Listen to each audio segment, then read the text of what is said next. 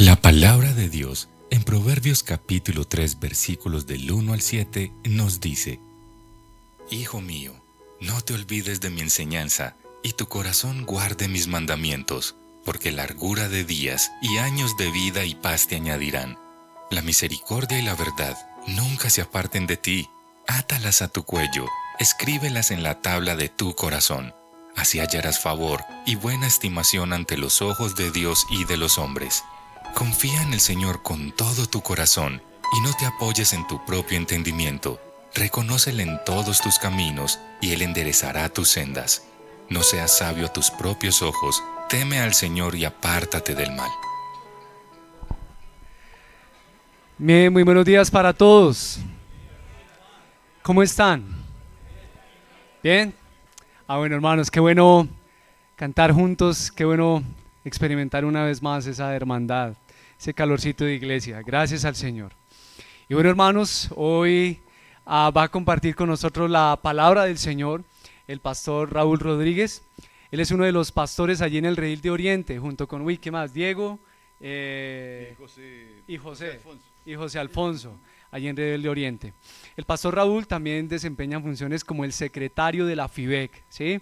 Federación de la cual nosotros como Iglesia Rediles también formamos parte. Así que, Raúl, gracias por compartir la palabra hoy. Dios te bendiga también. Buenos días todavía. ¿Cómo están? Qué bueno verlos. Algunos los conozco, otros no, la mayoría no. Entonces, bueno, por aquí hay gente que conozco, por ahí también, Alex y demás. Qué bueno, hermano, estar con ustedes en esta mañana. Dios les bendiga. Vamos a orar, pedir la bendición del Señor.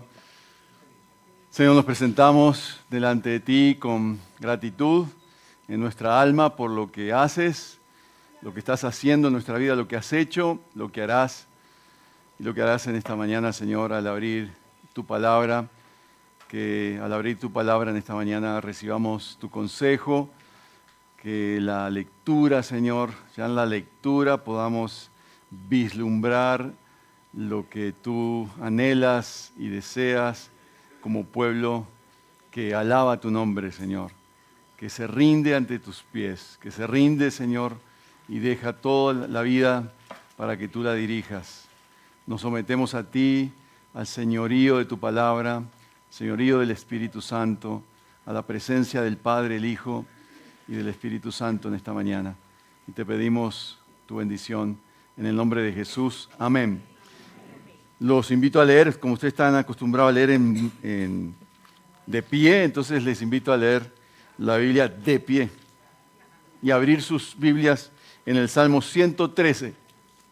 Salmo 113, un salmo cortico pero muy sustancioso, como vamos a ver. ¿Listos? ¿Todos tienen la Biblia abierta?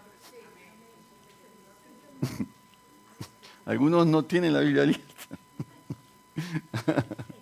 Bueno, mientras no se me distraigan con el celular, leamos en el celular. Bueno, vamos a leer. ¿Listos? Leamos. Aleluya. Alaben, todos juntos. Alaben, siervos del Señor. Alaben el nombre del Señor. Bendito sea el nombre del Señor. Desde ahora y para siempre, desde el nacimiento del sol hasta su ocaso, alabado sea el nombre del Señor. Excelso sobre todas las naciones es el Señor. Su gloria está sobre los cielos. ¿Quién es como el Señor nuestro Dios, que está sentado en las alturas, que se humilla para mirar lo que hay en el cielo y en la tierra? Él levanta al pobre del polvo y al necesitado saca del muladar, para sentarlos con príncipes, con los príncipes de su pueblo. Hace habitar en casa a la mujer estéril, gozosa de ser madre de hijos. Aleluya. Pueden tomar asiento, mis hermanos.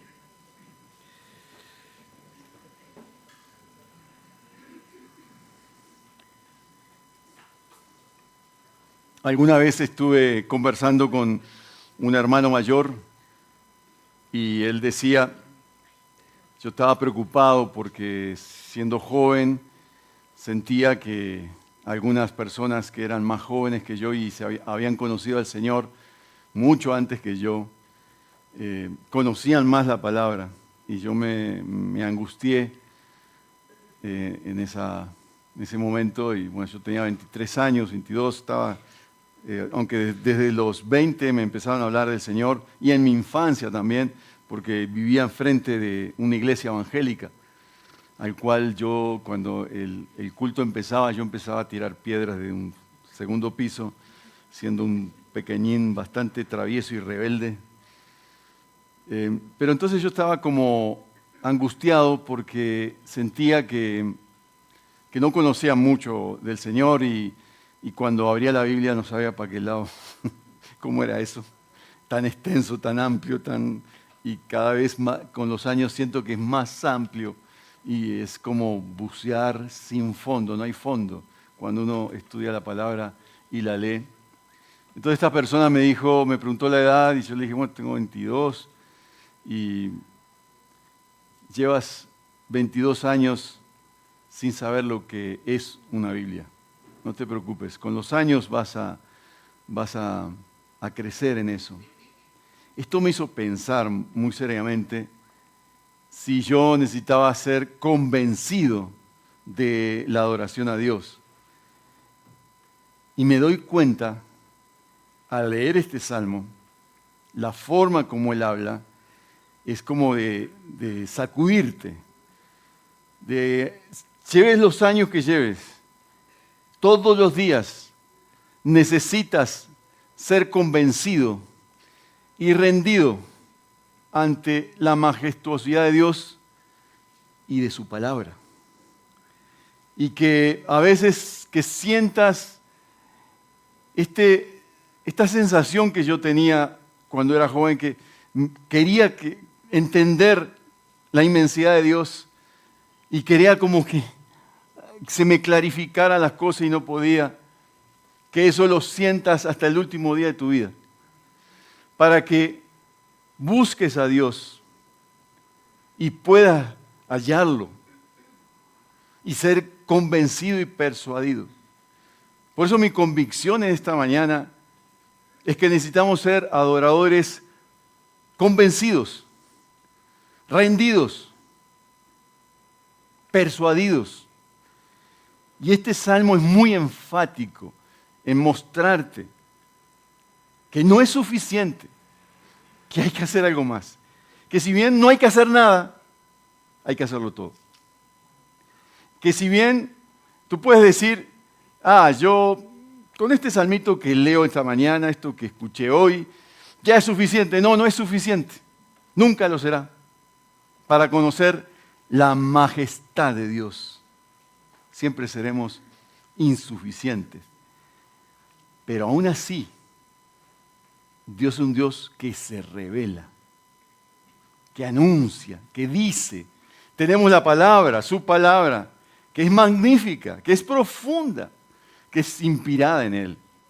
Lo dice 2 de Timoteo, toda la Escritura es inspirada en Él y es útil. Redarguir, enseñar, corregir, instruir en justicia, es decir, la amplitud, con todo el conocimiento que hay, Dios se revela y te ayuda. La palabra es útil, no es inútil como nos quieren convencer.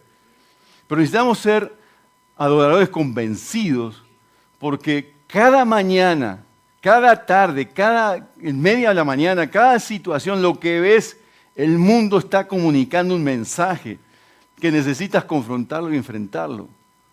Que no puede ser neutral. O eres de Dios o no eres de Dios. Tú no puedes decir que porque conozco a Dios ya suficiente. No. Necesitas crecer. Necesitas tomar la decisión de crecer en conocer a Dios. Necesitas ser un adorador convencido. Este salmo es un salmo que se dice, muchos de estos salmos que son los salmos aleluya, porque empieza y termina en aleluya, de principio a fin. Me emociono un poquito y se me va un poco la voz. En el centro, ¿qué hay de este salmo? ¿Qué hay en el centro? ¿Quién? ¿Quién? Es una pregunta, ¿no? Central. Está en el centro del salmo. ¿Quién como el Señor? Tanto de los versos 1 al 4 es la respuesta. ¿Quién? ¿Quién es? Y del verso 5 al 6, lo que hace ese quién. Si todas las tareas de Dios. ¿Quién es Dios? ¿Quién como Dios? ¿Quién es Dios? Verso 1 al 4. Al 4. Y del 5 hacia abajo es qué hace este Dios. ¿Y por qué lo debes adorar? Me da la impresión, hermanos, que la invitación del salmista es una invitación de provocación, de que reacciones. Alábalo porque debes alabarlo. No importa si tu conocimiento es ínfimo de Dios. Siempre será poquito, pero con ese poquito alábalo. Ese es como el incentivo de este salmo, la motivación de del salmista. Alábalo porque debe ser alabado. Pero creo yo, hermanos, que es porque en el proceso de adorarlo, en el proceso de pensar en Dios, Dios se revela. Tú dices, yo no sé qué decirle. A veces cuando se nos invita a tener una oración, en la mañana estaba un poquito dormidito a las 9 de la mañana, que se nos pidió que pensáramos en la adoración a Dios. No había muchas oraciones. Aquí estaban al tiempo. Todos querían como hablar al tiempo, porque estábamos más despiertos, teníamos el desayuno, no sé, estábamos más despiertos. Alábalo porque en el proceso de alabarlo lo conoces, porque Él se revela. Ese es el secreto. No importa cómo estés, no importa si estás animado o desanimado, no importa, alábalo. Piensa en Él, piensa en Dios. Esa es mi invitación. Entonces, ¿a quién se debe adorar y por qué se debe adorar? Las acciones de Dios es lo que vamos a ver. Esta apelación de entrada se nos dice para quién es. ¿Para quién es la alabanza? Obviamente es para Dios, pero ¿de quién es la alabanza? Es de los siervos.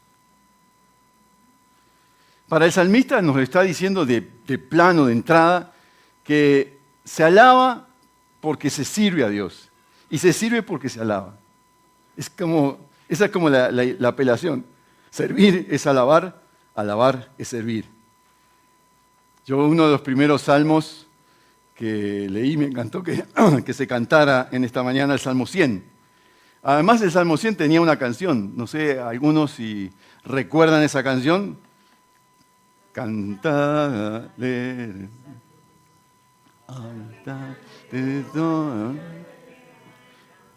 Bueno, estamos medio desparejos, pero esa es la idea, ¿no? De cantar los salmos. Y se cantaba así, se cantaba alegre, se servía con alegría, se sirve con alegría, se canta alegre a Dios y se sirve con alegría. Es un precioso salmo, pero es un salmo de un servidor. Y cuando se piensa en la Biblia en un servidor, se piensa en alguien que es sumiso a Dios. El siervo oveja del Salmo 100, él es el que es conducido a la adoración, pero es el que se humilla. Alabo a Dios porque yo no soy nadie. Alabo a Dios porque Él lo es todo. Alabo a Dios porque Él es bueno. Porque mi alma lo necesita. Él no me necesita, pero yo sí. Y por eso le alabo. Por eso le busco. Otro salmo, el Salmo 19, verso 13, hace una advertencia porque el siervo tiene problemas. Y una de las cosas que pide el salmista en el verso 13 del Salmo 19 es: preserva a tu siervo de las soberbias. Es decir, el siervo no está exento de la soberbia. O sea, cuando pienso en que me dirijo a Dios, debo pensar que necesito acercarme con la confianza de que el Señor me perdona mis pecados y que lo necesito. Haz con tu siervo según tu misericordia, dice el Salmo 119, verso 124. Entonces, quien canta, canta porque es alguien que es un siervo que se humilla ante Dios. Quien alaba a Dios es alguien que le sirve con integridad de vida. Es alguien que necesita a Dios y necesita cantarle. Pero no es cantarle por cantar. De plano, ustedes en la lectura ya sobresale los énfasis, ¿no? ¿Cuáles son? El nombre del Señor. Bendito sea el nombre del Señor. Repite. Alabado sea el nombre del Señor. O sea, está diciendo a quién estás cantando. Y está diciendo que canto al nombre del Señor, al que tiene el poder sobre todas las cosas. Es una declaración de confianza, de que no hay otro nombre, de que nada se iguala a este Dios. Por eso es una profunda convicción, es una apelación a la mente que debemos cantar con esa convicción de que yo vivo por el nombre. Canto al nombre del Señor, al nombre de Jehová. No está pensando en si yo canto bien o mal. No está pensando, bueno, se debe cantar bien, ¿no? Siempre nos gusta que cantemos bien, que suenen bien los instrumentos, claro que sí. Todo eso es bueno. Está pensando más que todo en la esencia de mi canto, en el centro de mi canto, canto al nombre. Estoy pensando en cuál es el meollo de mi vida, cuál es lo central en mi vida. Está pensando en la actitud del siervo. No está pensando necesariamente en la calidad del canto, aunque sí se relaciona. Para un músico es difícil cuando está sentado como oveja y escucha la música y dice, no, debe mejorar en esto, debe mejorar en aquello. Eso es difícil para un músico, pero lo más determinante en la alabanza, lo más sublime de la alabanza es pensar si Dios tiene el centro en mi vida o no, si Dios es el centro de mi vida. Hay días que no sabemos qué hacer, hermanos. Hay días que la sensación de que todo se termina, que todo... Hay como una atmósfera que no nos invita a adorar al Señor. Eso me pasó a mí hace unos días. Tenía que dirigir un tiempo de oración extenso el día sábado en mi iglesia, nuestra iglesia. Y era jueves. Yo no tenía ni un texto. Mi cabeza no estaba funcionando bien. Gracias a Dios ese día yo estaba solo. No había nadie en la iglesia. Así que pude estar ahí con el Señor. El Señor dijo, dame un texto. Me puse a revisar cosas que había hecho, revisando aquí, revisando allá.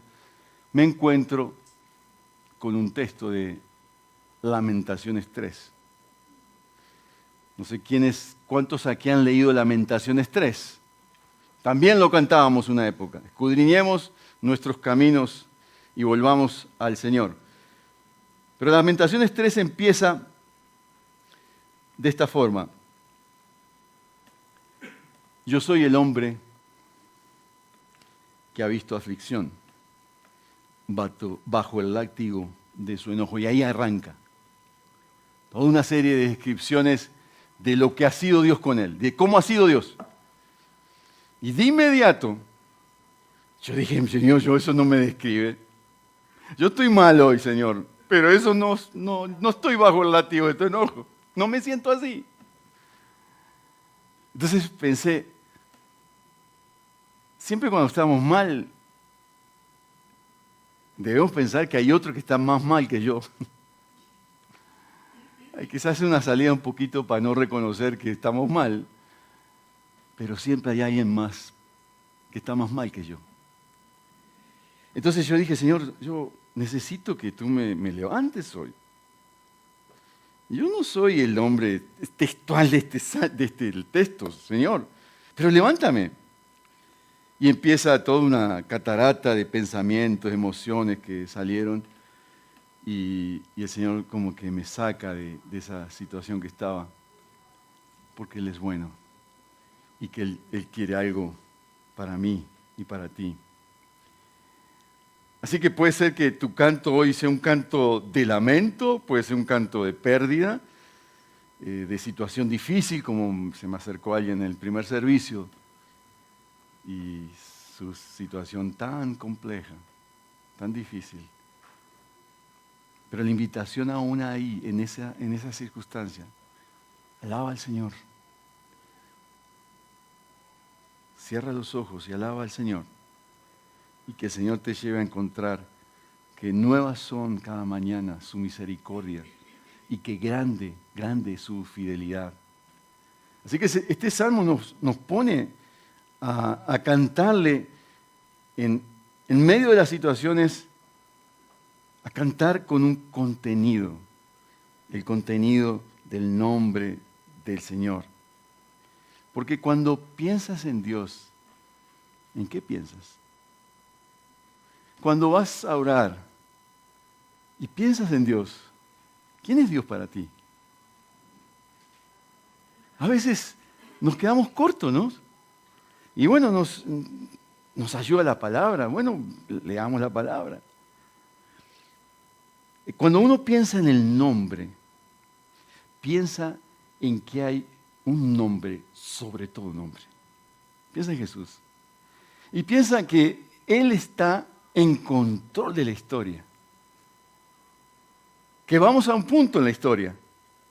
El Antiguo Testamento nos dijo que alguien viene. El gran resumen del Antiguo Testamento, alguien viene. El Nuevo Testamento es, ya vino y viene otra vez. Y por tanto hemos de pensar que viene otra vez. No sé si en medio del sermón llega. Tengo esa convicción, vienes ya. Velemos y oremos. Pero Dios está al control. Dios es el centro de todo, del universo. Está por encima, trasciende, está en medio de nosotros. Dios es soberano en todas las naciones, sobre los cielos, sobre todas las cosas. ¿Hay algo fuera de su control? Cuando cae un pajarito, sabe el número de nuestros cabellos, los pocos que me quedan. ¿Sabe? Tiene el control de todo. Dios está en las cosas grandes, en los mínimos detalles. Decía un arquitecto que Dios está en los detalles. Quien piensa en los detalles es Dios. Y si el hombre piensa en los detalles, está honrando a Dios. Pero también está pensando en cosas grandes. Lo pequeño, lo grande. De un gobernante pagano, Ciro, rey medo, persa, dice, es mi pastor. Un gobernador elegido y cumplirá todo lo que quiero. Difícil no entender esto, que un pagano hace la voluntad de Dios y cumplirá todo lo que quiero. Ahí les dejo esa inquietud. El Señor es Señor de la historia pasada, presente, futura. Él sabe el nombre de cada uno de nosotros. Ha planeado lo que hará antes de nacer. Para una mente occidental como la nuestra es difícil entender esto. Dios es el Señor y tiene el control del todo. Dios es Dios y es soberano. Dice en Lamentaciones 3:37, ¿quién será aquel que diga que sucedió algo que el Señor no mandó? ¿Quién será aquel que diga que sucedió algo que el Señor no mandó? Se nos anima, se nos insiste. Es casi un imperativo. Alabemos al Señor. Al verlo en su señorío, en lo grande, en lo pequeño, alábalo. En los detalles de tu vida, en los detalles de un amanecer, en las mínimas cosas, en lo grande, en lo microscópico, en lo telescópico, en lo grande, en las cosas, en los eventos grandes que pasan en la vida. Y vivirás fascinado con Dios y te animarás y te humillarás, porque reconocerás que nada es si el Señor no lo permite y lo revela. Miras a Dios en su carácter, pero también miras a Dios en sus actos. Y a partir del verso 5, con la pregunta, empieza a decirnos quién es como Dios, quién es como el Señor, nuestro Dios. Y notes que hay varios salmos y varios textos en la Biblia que hablan de eso. Salmo 35:10, todos mis huesos dirán, oh Jehová, ¿quién hay como tú? Libras al pobre el más fuerte que él, al pobre y al necesitado del que lo despoja. ¿Quién como tú, dice Éxodo 15:11, oh Jehová entre los dioses, quién como tú, majestuoso en santidad, temible en hazañas, dignas de alabanza, hacedor de maravillas? Deuteronomio 3:24, oh Señor Jehová, tú has comenzado a mostrar a tu siervo tu grandeza y tu mano poderosa, porque ¿qué Dios hay en los cielos o en la tierra que haga como tus obras y como tus proezas? ¿A qué pues haréis semejantes a Dios? ¿O con qué imagen le compararéis? Isaías 40:18. Y en Isaías 46:5, ¿a quién me haré semejante o quién me hará igual? ¿A quién me compararéis para que seamos semejantes? Esta es la apelación que nos hace los escritores de la Biblia, que pensemos en este Dios, en lo increíble que es. Un Dios que dice que baja aquí. Lo interesante es que este Dios que está en los cielos baja, se humilla.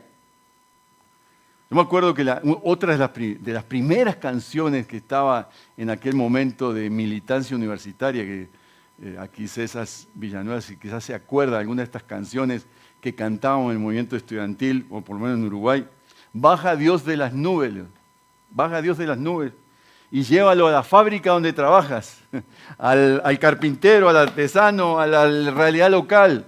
Baja Dios de las nubes y llévalo a donde trabajamos. Es una canción muy militante, a veces con sabor revolucionario. Pero es así. Este es el Dios que tenemos. El que está sentado en las alturas, que lo gobierna todo, pero que baja, el excelso en las naciones, sobre las naciones, pero que baja, que se humilla para mirar lo que hay en el cielo y en la tierra. Dios no es un Dios desentendido, como la visión de los masones, el gran arquitecto por allá lejos, que diseñó esto y se fue, se desentendió. No, este no es Dios, no es nuestro Dios bíblico. Este es Dios el que se humilla y mira la realidad, tu realidad. Este es Dios que mira cada realidad del ser humano y mira sobre la historia, que se humilla y mira lo que hay en el cielo y mira lo que hay en la tierra. Es aquel que levanta, noten los verbos, levanta al pobre del polvo y al necesitado saca del muladar, es decir, del basurero. Este es el Dios. Nos anticipa a Jesucristo, a lo que va a ser Jesús. Nos da una mirada de lo que Él ve, de lo que ve el salmista. Este es el Dios que me saca. Pero hay aquí un anticipo de quién viene. Aquel que se va a humillar, que va a dejar los cielos y va a ir y se va a sentar con el pobre, con el que nadie mira, en Jesús. Hermano, cada año deberíamos leer un evangelio. Marcos, Mateo, Lucas, Juan. Cada año deberíamos estudiar a Jesús y mirar lo que hace Jesús. Y vamos a ver que este Jesús que está como anticipado aquí es el gran Jesús que revelan los evangelios. Vaya si Jesús fue el que se humilló y vino a estar entre nosotros. Es increíble, hermanos, en la mayoría de las cosmovisiones religiosas, Dios no se humilla. Jamás se baja para ver lo que pasa en la tierra. Le encanta en las cosmovisiones religiosas, el Dios de las cosmovisiones religiosas le encanta armar lío y se va. Arma lío y se va. Esa es la visión de muchas cosmovisiones masonas, paganas, del gran arquitecto, de aquel que se desentiende de lo creado. El Dios bíblico se humilla, se inclina para mirar, se entiende con su creación, no se desentiende. Isaías 57:15 dice, porque así dice el alto y sublime, que vive para siempre, cuyo nombre es santo, habito en lo alto y santo, y también con el contrito y humilde de espíritu, para vivificar el espíritu de los humildes y para vivificar el corazón de los contritos. Este es Dios, este es nuestro Dios. En los versos 7 al 8 de este salmo, estamos ante una cita del canto de Ana en 1 Samuel 2:8. Es casi textual, el verso 7 y el verso 8. Él levanta al pobre del polvo y al necesitado saca del mundo. Aún el Magnífica tiene algo, ecos de esto. Dios está ocupado en lo grande y lo pequeño, pero Dios está ocupado en este salmo en 3 personajes. ¿Cuáles son? ¿El pobre? Bueno, el siervo, sí, pensar en el siervo, sí. Pero especialmente en el pobre, ¿cómo? La mujer estéril y el menesteroso. O sea, el pobre, el menesteroso, el que está en el mudar, perdón, el que está necesitado del mudar. El que está en el polvo de la vida, donde es imposible que salga. En ese está ocupado Dios. En el que no tiene ningún arma para salir. Que no ve. Que no ve una salida. Que no ve una solución. Ese es el predilecto de Dios. Ahí está poniendo los ojos. Tremendo, ¿no? Que esa es la ocupación de Dios. Aquel que no tiene recursos materiales, pero que tampoco tiene recursos espirituales, que va a una consulta con algunos aquí y el terapeuta le pregunta los recursos que tiene y no hay nada.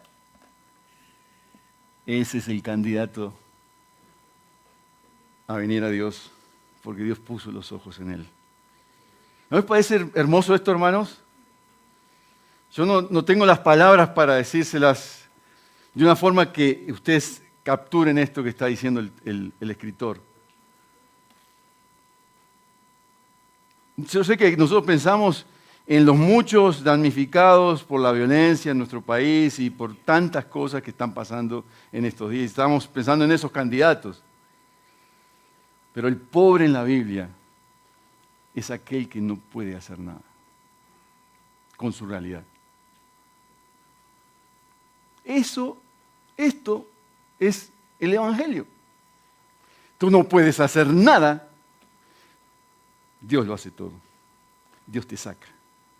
Dios es poderoso.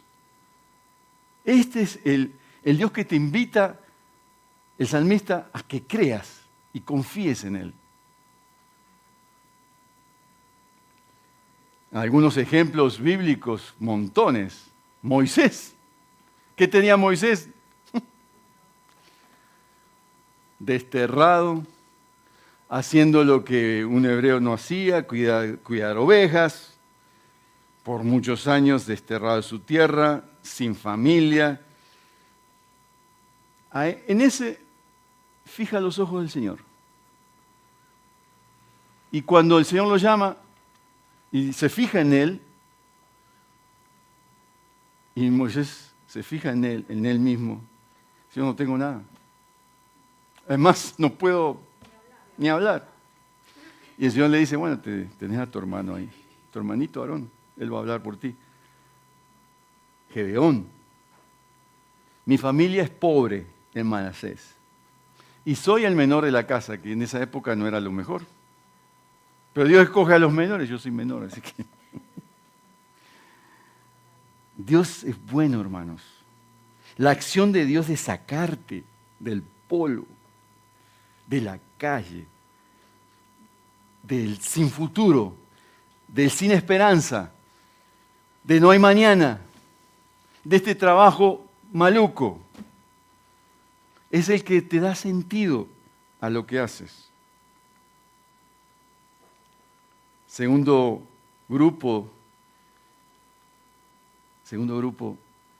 lo conforman las mujeres. Especialmente un tipo de mujer que no pudo tener hijos.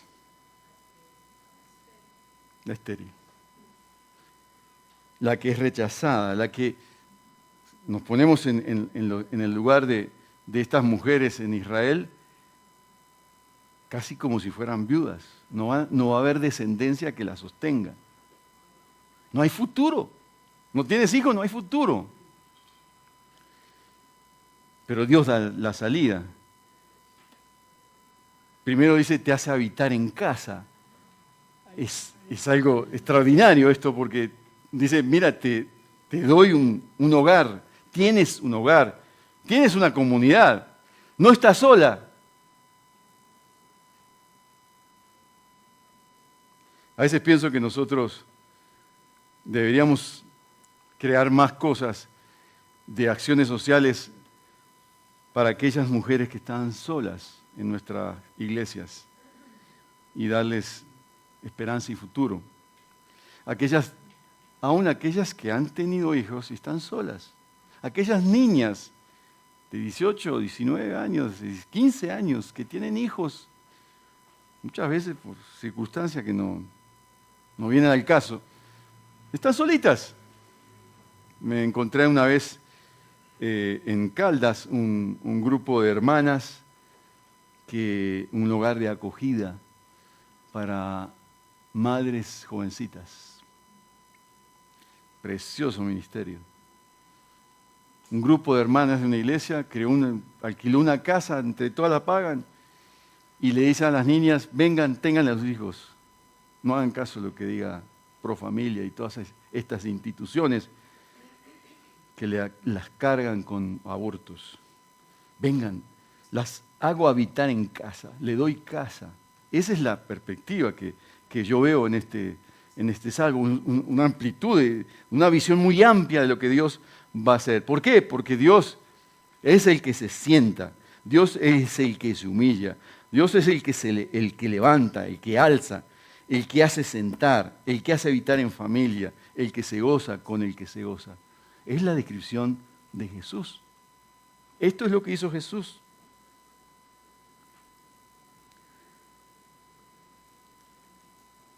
El adorador convencido es al que este salmo apela. Pero yo siento, hermanos, empezando por mí, que muchas veces somos adoradores distraídos.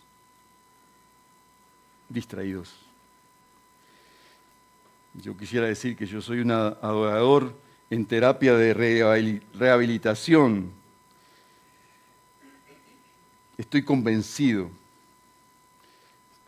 hermano, que en nuestras iglesias estamos necesitando de terapias de rehabilitación que nos conduzcan a ser verdaderos adoradores convencidos. Porque muchas veces, hermanos, nuestra distracción es esta. ¿A qué horas te apagas? ¿Sí me voy a entender? Nos embobamos. Videos tontos.